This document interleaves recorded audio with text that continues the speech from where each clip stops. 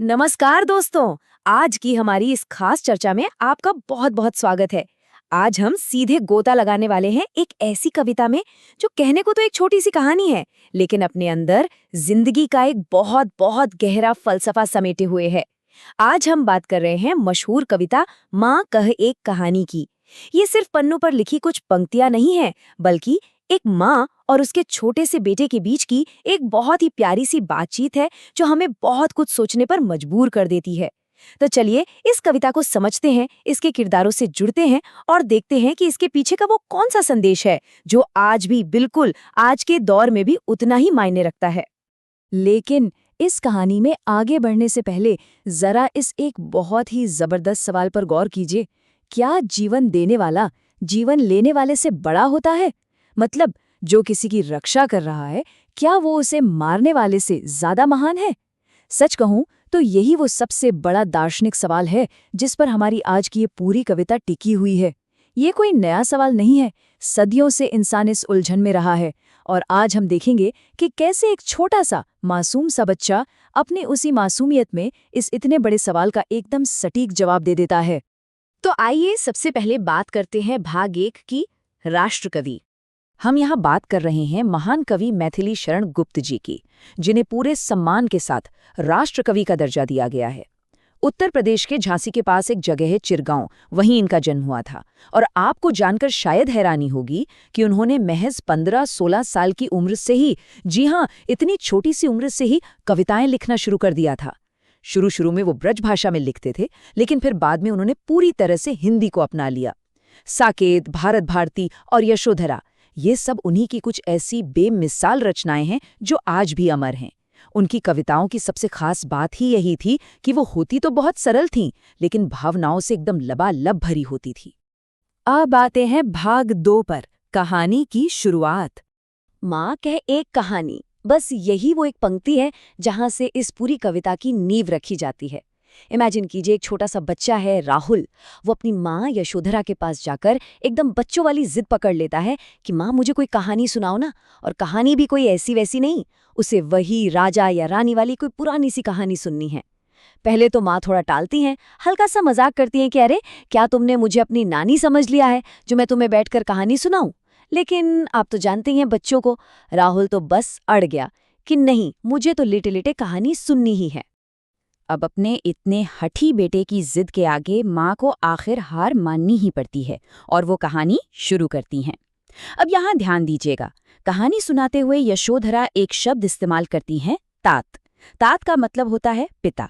असल में यशोधरा जो कहानी सुना रही हैं वो किसी अनजान राजा की नहीं, बल्कि खुद राहुल के पिता की ही है, यानी सिद्धार्थ की, जिन्हें आज हम और आप महात्मा बुद्ध के नाम से जानते हैं। यशोधरा बताती है कि कैसे एक दिन सुबह सुबह राहुल के तात एक बहुत ही सुंदर से बगीचे में टहल रहे थे। माँ जब उस बगीचे का वर्णन करती हैं तो राहुल एकदम खो सा जाता है। रंग बिरंगे फूल खिले हुए थे और उन फूलों की पंखुड़ियों पर ओस की बूंदें बिल्कुल मोतियों की तरह चमक रही थीं। हल्की हल्की ठंडी सी हवा चल रही थी जिससे वो फूल धीरे धीरे झूम रहे थे। और पास ही एक तालाब में पानी की लहरें लहरा रही थीं। पूरे माहौल में फूलों की एक बहुत ही मीठी सी महक फैली हुई थी। इस पूरे नज़ारे के बारे में सुनकर राहुल खुशी से एकदम चहक उठता है। और उसी सुंदरता के बीच कविता में एक और शब्द आता है, खग। खग यानी पक्षी। उस शांति और सुकून के बीच बहुत सारे पक्षी अपनी अपनी मीठी आवाजों में गा रहे थे। जरा सोचिए उस नज़ारे को, सब कुछ एकदम शांत, खुशनुमा और बिल्कुल परफेक्ट। राहुल के पिता बस उस मनमोहक सुबह का पूरा आनंद ले रहे थे। लेकिन तभी अचानक सब कुछ बदल जाता है। उस एकदम शांत सी सुबह को चीरती हुई एक बहुत ही दुखद घटना घटती है। आसमान से अचानक एक हंस नीचे जमीन पर आ गिरता है। वो बहुत बुरी तरह घायल है। किसी ने उसे तीर मारा है और उसके पंख खून से सने हैं। अब जो राहुल अभी तक कहानी सुन के इतना खुश हो रहा था, ये सुनते ही वो एकदम से सहम जाता है, उदास हो जाता है। वो अपनी माँ से कहता है कि माँ, ये तो बहुत करुणा से भरी बहुत ही दुखद कहानी है। और यहीं से शुरू होता है भाग 3, रक्षक बनाम भक्षक। तो जैसे ही राहुल के पिता उस तड़पते हुए हंस को अपने हाथों में उठाते हैं, उसे बड़े प्यार से सहलाते हैं, जिससे उस बेचारे पक्षी को थोड़ी राहत मिलती है, एक नया जीवन सा महसूस होता है। ठीक उसी वक्त वहां एक और इंसान आ पहुंचता है, आखेटक। आखेटक का मतलब होता है शिकारी। हाँ, ये वही इंसान था जिसने उस बेकसूर हंस पर तीर चलाया था, और वो आते ही अपनी जिद पर अड़ जाता है। वो सीधे कहता है कि देखो, ये मेरा शिकार है, मेरा निशाना है, इसे चुपचाप मुझे वापस कर दो। अब ये जो आमना सामना है ना, ये इस पूरी कविता का एकदम सेंटर पॉइंट है। यहाँ असल में दो अलग अलग विचारों की टक्कर हो रही है। एक तरफ है रक्षक, यानी रक्षा करने वाले सिद्धार्थ, जिन्होंने उस हंस को नया जीवन दिया और जो उसे किसी भी कीमत पर बचाना चाहते हैं। और दूसरी तरफ है भक्षक, यानी जान लेने वाला, वो शिकारी, जिसका ये दावा है कि तीर मैंने मारा है, मेरी मेहनत है, इसलिए इस हंस पर सिर्फ और सिर्फ मेरा हक है। अब यहाँ सबसे बड़ी मुश्किल ये आ गई कि दोनों में से कोई भी पीछे हटने को तैयार ही नहीं था। सिद्धार्थ हर हाल में उससे बचाना चाहते थे और शिकारी उससे अपना शिकार मानकर लेना चाहता था। देखते ही देखते ये बहस इतनी बढ़ गई कि ये सिर्फ उन दो लोगों के बीच का मामला नहीं रहा, ये बात पूरे महल में, पूरे राज्य में फैल गई। और आखिरकार ये पूरा विवाद सुलझाने के लिए सीधे न्यायालय पहुंच गया, कोर्ट में। पूरी की पूरी सभा बैठ गई इस बात का फैसला करने के लिए कि भाई आखिर इन दोनों में से सही कौन है। और अब हम आते हैं अंतिम हिस्से पर, भाग 4, न्याय और करुणा का संदेश। तो बात न्यायालय तक तो पहुंच गई, लेकिन माँ यशोधरा ने राहुल को ये नहीं बताया कि उस सभा में फैसला क्या हुआ। इसके बजाय माँ ने एक बहुत ही कमाल की चीज की। उन्होंने कहानी को एकदम से वहीं रोक दिया और सीधे राहुल से सवाल पूछ लिया, राहुल, तू निर्णय कर इसका। माँ पूछती हैं कि राहुल, अगर तुम उस न्यायालय में होते तो तुम किसका पक्ष लेते? बिना किसी डर के बताओ कि जीत असल में किसकी होनी चाहिए, रक्षक की या भक्षक की? अब इतने अचानक पूछे गए इस भारी भरकम सवाल से राहुल थोड़ा सा घबरा जाता है। वो हिचकिचाता है। आखिर वो तो मजे से बस एक कहानी सुन रहा था ना। और देखा जाए तो हम भी अक्सर कहानियां सिर्फ अपने मनोरंजन के लिए ही तो सुनते हैं। राहुल का भी वही हाल था। उसे कहाँ पता था कि माँ बीच कहानी में उसी को जज बना देंगी और इतना बड़ा फैसला करने को कहेंगी। वो कहता है कि माँ, मैं क्या कहूँ, मैं तो बस लेटे लेटे कहानी सुन रहा था। लेकिन राहुल के अंदर भी तो आखिर उसी पिता के संस्कार थे ना। वो थोड़ा सोचता है और फिर एक बहुत ही स्पष्ट, एकदम कड़ा फैसला सुनाता है।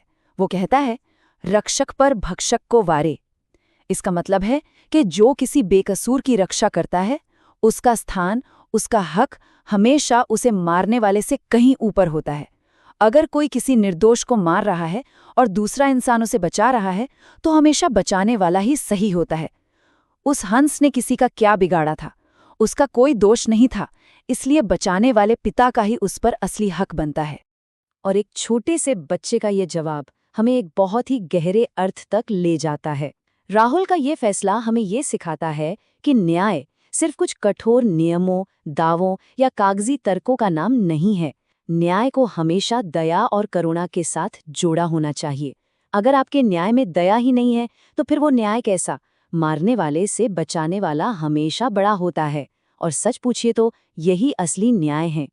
राहुल के मुंह से इतनी गहरी और इतनी समझदारी से भरी बात सुनकर माँ यशोधरा का सीना गर्व से चौड़ा हो जाता है। वो खुशी से कहती हैं, तूने गुनीहा कहानी। मतलब बेटा, तुमने इस कहानी को सिर्फ सुना ही नहीं, बल्कि तुमने इसे पूरी तरह से समझ लिया है, इसके पीछे छिपे हुए अर्थ को जान लिया है। और सच में ये एक माँ की सबसे बड़ी जीत थी कि उसका छोटा सा बच्चा सही और गलत, न्याय और दया के बीच का जो असली फर्क है, उसे इतनी अच्छी तरह समझ गया। तो दोस्तों, मैथिली शरण गुप्त जी की लिखी ये कविता भले ही दशकों पुरानी हो, लेकिन वो सवाल आज भी हमारे सामने ज्यों का त्यों खड़ा है। आज की इस तेज तर्रार दुनिया में, जहां हमारे आसपास इतने सारे नियम हैं, इतने सारे कानून हैं, क्या हमारा न्याय आज भी करुणा और दया को सबसे ऊपर रखता है, या फिर हम सिर्फ नियमों की उन कठोर किताबों में कहीं उलझ कर रह गए हैं?